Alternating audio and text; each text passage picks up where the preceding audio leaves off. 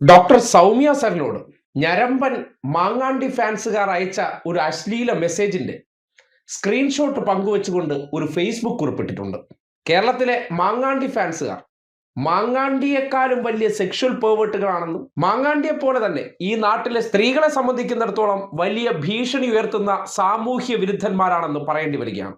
അല്ലെങ്കിൽ മാങ്ങാണ്ടി ചെയ്ത പ്രവർത്തനത്തിന് CPM നേതാവായ ഡോക്ടർ സരിൻ വിമർശിച്ചതിന് അദ്ദേഹത്തിന്റെ ഭാര്യയെ സമൂഹ മാധ്യമങ്ങളിൽ ഉൾപ്പെടെ അപഹസിക്കുന്ന രീതി ഇവർ സ്വീകരിക്കുമോ?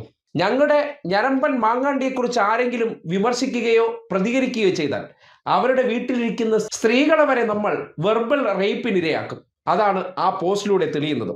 എന്തായാലും സൗമ്യ സരിന്റെ ആ പോസ്റ്റ് നാട് കേൾക്കണം. ഇങ്ങനെയാണ് ആ കുറിപ്പ്. അതിജീവിത എന്ന വാക്കിനോട് ഈ അധമർക്ക് പുച്ഛമായിരിക്കും, പക്ഷേ എനിക്കില്ല. അവർ അതിജീവിതകൾ എന്നതിലുപരി അപരാജിതകൾ ആണ്. നേരിട്ട അപമാനത്തിനോട് സന്ധി ചെയ്യാത്തവർ. അതുകൊണ്ട് തന്നെ ഇവർ പടച്ചുണ്ടാക്കിയ ഈ പോസ്റ്റുകൾ ഒരു അധിക്ഷേപമായി ഞാൻ കണക്കാക്കുന്നതുമില്ല. ഇതൊരു കണ്ണാടിയാണ്. ഇവർക്ക് നേരെ തന്നെ പിടിച്ചിരിക്കുന്ന ഒരു കണ്ണാടി. എല്ലാവരും കാണുക ഇവർ എന്താണെന്ന്, ഇവരുടെ വൃത്തികെട്ട മുഖവും ചിന്തകളും എന്താണെന്ന്.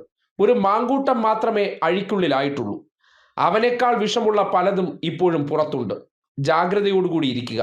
പിന്നെ നിങ്ങളുടെ എതിർചേരിയിലുള്ളവരുടെ ജീവിത പങ്കാളിയായ സ്ത്രീകളെ വെച്ച് ഇത്തരം ഇക്കിളി പോസ്റ്റുകൾ പടച്ചുണ്ടാക്കിയാൽ പിന്തിരിഞ്ഞോടുമെന്ന് കരുതിയോ വെട്ടുക്കിളി കൂട്ടങ്ങളെ? ഇത് സൗമ്യയും സരിനുമല്ല, രണ്ടും കൂടി ചേർന്ന സൗമ്യ സരിനാണ്. ഓർമ്മിച്ചാൽ നിങ്ങൾക്ക് കൊള്ളാം. ഇതാണ് സൗമ്യയുടെ പോസ്റ്റ്. ഇതിനോടൊപ്പം തന്നെ രാഹുൽ ആർമി എന്ന ഫേസ്ബുക്ക് പേജിൽ സരിന്റെ ഫോട്ടോ വെച്ചുള്ള ഒരു കുറിപ്പും പിന്നാലെ വാട്സപ്പിൽ അയച്ച സന്ദേശവുമാണ് അവർ സോഷ്യൽ മീഡിയയിൽ പങ്കുവച്ചിട്ടുള്ളത്.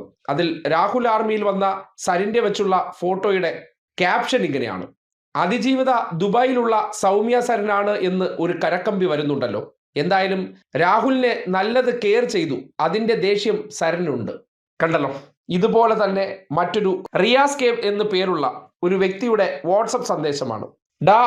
ഡാഷ് മോനെ, നിന്റെ ഭാര്യയെ രാഹുൽ ഡാഷ് എന്ന് ചിലർ പറയുന്നുണ്ടല്ലോ, അത് ശരിയാണോ എന്ന് ചോദിച്ചു നോക്ക്. ഇതാണ് റിയാസ് കെ എന്ന ഒരു മഹാൻ അയച്ചിരിക്കുന്ന വാട്സപ്പ് സന്ദേശം.